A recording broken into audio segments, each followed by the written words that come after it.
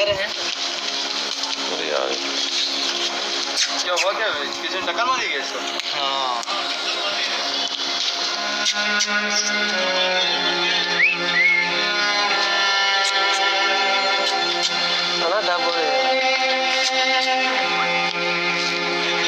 भास्कर उतार दे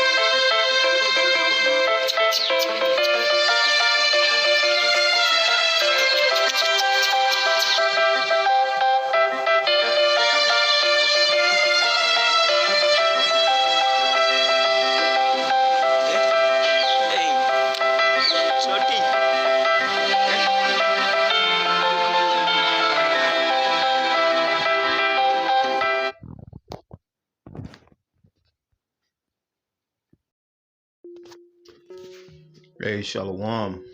All praises to Yahweh Bashem, Yahweh Shai Bahashem, Rekah Kodash. Double honors to the apostles where we learn his truth. And peace to you, sincere brothers, the true house of David. And what I wanted to do is I wanted to go into, the prophets, and the men of the Lord. They were looked at as roadkill. And certain situations, the prophets they were put to death, they were hung. The Lord, he was crucified.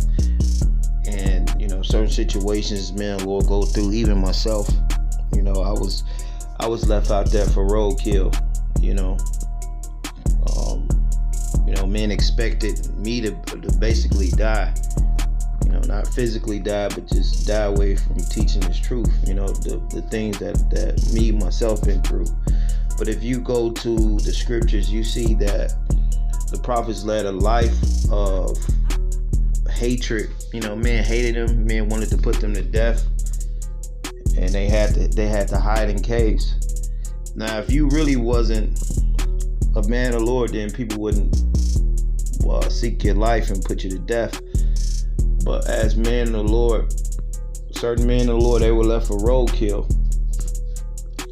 And because certain men had certain things to do and to teach this word and to help raise up other men, the Lord gave them life and preserved them, from perils and shit like that. So, I use that clip with the dog because it's a great analogy. Men try to murder you and they leave you for dead on a fucking road like roadkill. But what they didn't understand is the Lord had a whole nother plan for you. Just like the prophets of the Lord. When you go to Eli right here, Romans 11 and 3. Lord, they have killed thy prophets and digged down thine altars, and I am left alone, and they seek my life. You see that? And going back in the times of Elias, they were seeking and they was killing the prophets. You know, you had Jezebel, then you had the prophets of Baal. You go back to that story where Elijah, he slayed them prophets of Baal, which was actually beautiful, because it actually showed that the Lord was dealing with them. But prior to that, you had Obadiah, which the story in I think Second Kings, where he had to hide the prophets in the caves because they was being killed. And this would this was the life of a true man of the Lord. It said, I'm gonna read it again, Romans 11:3. Lord, they have killed thy prophets and digged down thy altars, and I am left alone, and they seek my life. Right. So the life of a true man of the Lord, it was a life of being rejected. So when we read Yahushua in Isaiah 53, that's what really happened. You know, some of the prophets, they were slain. You know, they was left for dead, like that dog in the road. They was left for fucking roadkill. But the Lord had other things. The Lord had more things in store for them, you see. So the Lord actually preserved their life. You know, from all the prophets, the true men of the Lord that came up through history and throughout the scriptures, they were hated, and they were what? They were left for dead. Now you go back to that story of Joseph. They actually sold him off into slavery. They left him for dead. They left him as spiritual roadkill. And that's what the prophets had to go through. The prophets was spiritually roadkill on their pathway. But look what happened with Joseph. Joseph, you know, he got out of that situation, and he was the second in command of Egypt, which that's real heavy to think about, because his brothers wanted him dead, you see, because they were jealous of him because he was blessed, basically. And Joseph is a great example of being left out there for dead as roadkill. You know, the prophets were left for spiritual roadkill. And just like you see animals left out on the road, they didn't give a fuck about the men of the Lord or the prophets. You know, people, they were jealous of the men of the Lord. They hated the prophets. They hated they seen who the Lord was actually dealing with. And that's where you get that jealousy and that envious spirit today. So you have to understand that the true men of the Lord, they had to go through shit like that. That's why the scriptures tell you in Paul that we are the offscouring. We're the gum on the bottom of somebody's fucking shoe. You know, we're the worst thing going. This is Jeremiah chapter 35, verse 15. It says, I have sent unto you all my servants the prophets, rising up early, sending them, saying, return ye now every man from his evil way, and amend your doings, and go not after the other gods to serve them, and ye shall dwell in the land which I have given to you and your fathers. But ye have not inclined your ears or hearkened unto me. So our people, they don't hearken unto the prophets of the Lord. You know, it's impossible for the majority of our people to hearken. You know, that's why the Lord called this people, they were wicked, and a wicked and a adulterous generation. Which, when you go right here to Luke 11:50, our people, they brought more harm to the prophets. You know, the majority, they brought more harm to the prophets than they actually brought good, because they actually hated the rebuke of the Lord. Matter of fact, before I get that, I get this. And the scriptures just start to come to mind. The scriptures just start flowing. And what, you know, that's the thing about it. Our people will put the men of the Lord to death. They will seek their life. And so for the false prophets, their life wasn't getting seeked like that, because they wasn't the true seers and they wasn't speaking the true words of the Lord. Now, in this time, we have a bunch of damn mockingbirds, and we got a bunch of guys that's a bunch of goddamn parrots, and they're not real true seers. All they're doing is regurgitating info. But what's going to make the true men of the Lord differ from guys that's just being mockingbirds and just regurgitating prophecies and lessons is that they're going to have Yahweh Shai behind them. And they're going to be in the spirit of Yahweh Shai, which is a very austere, strong spirit. And that is the difference between men just being parrots, mockingbirds and shit, and between the true spirit of the Heavenly Father. Because the Lord, when he came on the scene, and when the prophets, when they came on the scene, they were the true seers. You see? See, the thing about the seers, they could see through men's souls, and they spoke the words of the Lord. You see, like Micaiah in 2 Kings, when he told that king the truth. And that king knew that Micaiah was telling him the truth, because he said, hey, he never speaks nothing good of me. But all those false prophets, they spoke well and good to the king, lying to him. And that's what our people like. They like the lies and the smooth things, and they want the thing that they like, the wide gate that everybody agrees with. And it may even get your ass destroyed, but that's the way of our people. And that's why this is the scripture talk about a wicked generation. Even the Lord said it was this is a wicked and it's a adulterous generation which seeketh after a sign. But the scripture say you will get no sign but the prophet Jonah. And the prophets are the only sign that you will get. But that sign you want like that. Isaiah 30:9, it said, this is a rebellious house, lying children that will not hear the law of the Lord, which say to the seers, see not, and to the prophets, prophesy not, unto us right things, speak unto us smooth things, prophesy deceits. And even with men dealing in its truth, them themselves, they like to prophesy and deceits. They don't really want the real and the truth about things, because more men take this truth and they use it to gain the clout of the world or to be famous, which that's against the scriptures. The men of the Lord, they wasn't famous, man. They had to hide in caves. The people didn't want the true seers' words. They rejected the prophets. They rejected, as the scriptures say, they rejected the men of the Lord. The men of the Lord were killed, and they were left for fucking roadkill. Look at Paul. Paul was stoned to death, and his spirit left his body. You see? So he was left for spiritual roadkill, Paul himself. But what did the Lord do to Paul? He put his spirit back in his body, and Paul continued on to his ministry, and he kept teaching. See, when men leave you for dead, the Lord have something else in store, and that's what happened to me. You know, I was left for spiritual roadkill. Men thought that they counted me out, but the Lord had a whole nother mission and a whole nother path for me to go. That's why I know, like, what we're doing, it is meant for us to do. So we have to do it in the right way. And I feel like the Lord gave me a second chance at life. So you have to do this thing how the Lord wants you to do it. You see?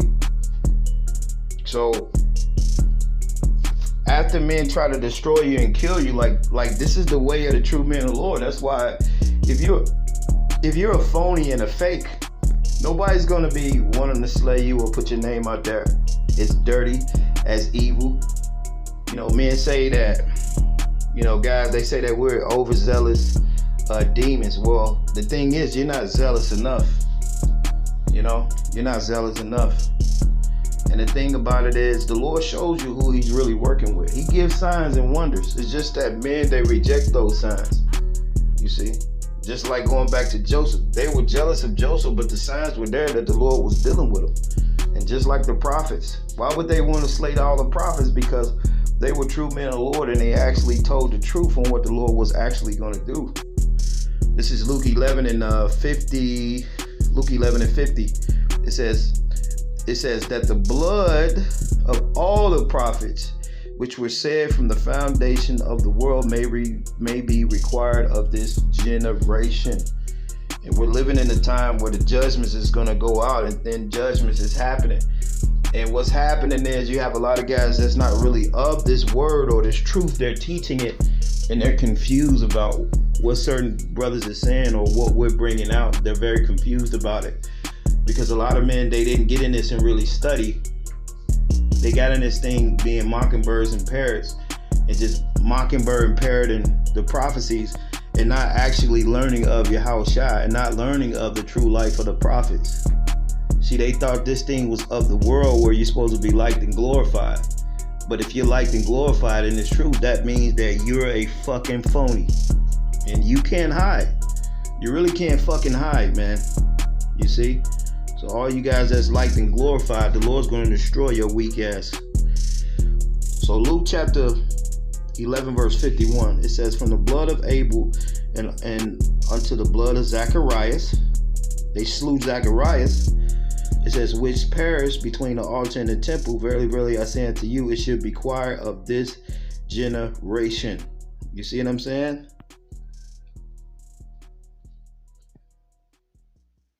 So this is what the men of the Lord and the prophets, they really had to go through. The men of the Lord were left for roadkill. You see? But guess what? The men of the Lord and the prophets, the Lord had something for them. You see? The Lord had something for them in store. Even though they may be killed and they may be destroyed as men, the Lord has something for them. And that's why when the Lord spake, men didn't like the Lord speaking. He spoke many things, and men were uptight with the Lord. They didn't want him to speak certain things. That's why you go back, like I read in Isaiah 30, our people, they want the smooth things, as the scriptures say. They don't want the true seers to actually tell them how it is. They want the false prophets to sit up here and lie to them and give them all the smooth shit. And that's how you could tell that a lot of men are not men of the Lord. This is Paul chapter 2, 2 Corinthians chapter 4, verse 7. It says, we have this treasure in earthly vessels, that the excellency of the power may be of the Most High, not of us. Right? So the true men of the Lord, they had the treasure inside of them. You see? It says, we are troubled on every side, yet not distressed. We are perplexed, but not in despair, prosecuted, but not forsaken, cast down, but not destroyed. And that's what this world will do to the prophets. It will cast you down. This world will cast you down, and it will destroy you, because this world, and when the prophets came on the scene, they came into a time of corruption to turn back those few to the Lord. And that's what time we're in now. We're in a time just to turn those few back to the Lord. That's why Paul said this, 2 Corinthians 4:13, jumping down, it says, we have the same spirit of faith, according as it is written, I believe, and therefore I have spoken. We also believe, therefore we speak. And then, if I could say on another note, the true prophets of the Lord, they actually believe and they have faith. That's why Paul said that you can have all these prophecies, and you can know all these mysteries, but if you don't have the love of the Lord, then all those things don't mean anything. So the most important thing that the prophets actually had, they had the power of the belief, and they actually had faith. You see? And they actually had the Lord with them, and they had the true love and the true charity. See, the most important laws is to love the Lord and to love your brother. See, men can teach this truth without loving the Lord and their brother, and they can teach prophecies all day. But that shit ain't gonna save you. You better love the Lord, and you better have some faith. So when the true men of the Lord, when they came on the scene, they were hated. They were left for roadkill. You drive down the street, you might see a fucking dog, or you might see a cat, somebody ran it over and then sitting on the side of the fucking road. That's what the prophets, they were left for dead. You see? They were left for dead. See, basically when they sold Joseph off into slavery, they left him for dead. They left him for dead. They left him in a fucking hole. And he got sold off. And just like Paul, he was stoned to death. He was left for dead. You have to understand the ways of the prophets. Elijah said, hey, he's the only one left. So the work that the true men of the Lord actually did, it got them hated, but it got them loved by the Lord. So that's why it's no type of fame or no type of, you shouldn't be looked as a celebrity if you say you're a prophet of the Lord. Now, if you're a false prophet, then you're going to be a celebrity. But that's the thing. If the Lord was actually speaking through you, then you're going to be saying things that nobody's going to agree with. You see that the majority of people are not going to agree with, only a few. And what we see in this time, a lot of guys, they say they're teaching the Bible, but they're not prophets of the Lord. You see, that's why one of the major prophecies in Matthew 24 is the revealing of the false prophets and the deceitful men that's out there. Because the scriptures say in that chapter, many men will be offended and many men will be betrayers, and they're going to deceive many. So the true men of the Lord were defamed and they were put to shame. 1 Corinthians chapter 4, verse 12. And labor working with our own hands, being reviled, we bless, being prosecuted, we suffer. Being defamed, it says, being defamed, we entreat. We are made as the filth of the world. You see that? So if you're made as the filth of the world and you're defamed, you're not famous. So that will make you what? Infamous. It says, we entreat, we are made as the filth of the world, and we are the offscouring of all things unto this day. It says, I write not these things to shame you, but as my beloved sons, I warn you. So a lot of men, they didn't come into this to actually gain for the Lord. A lot of men just came into this for some type of clout and fame and money. That's why if you came into this for that, you're blowing an uncertain sound.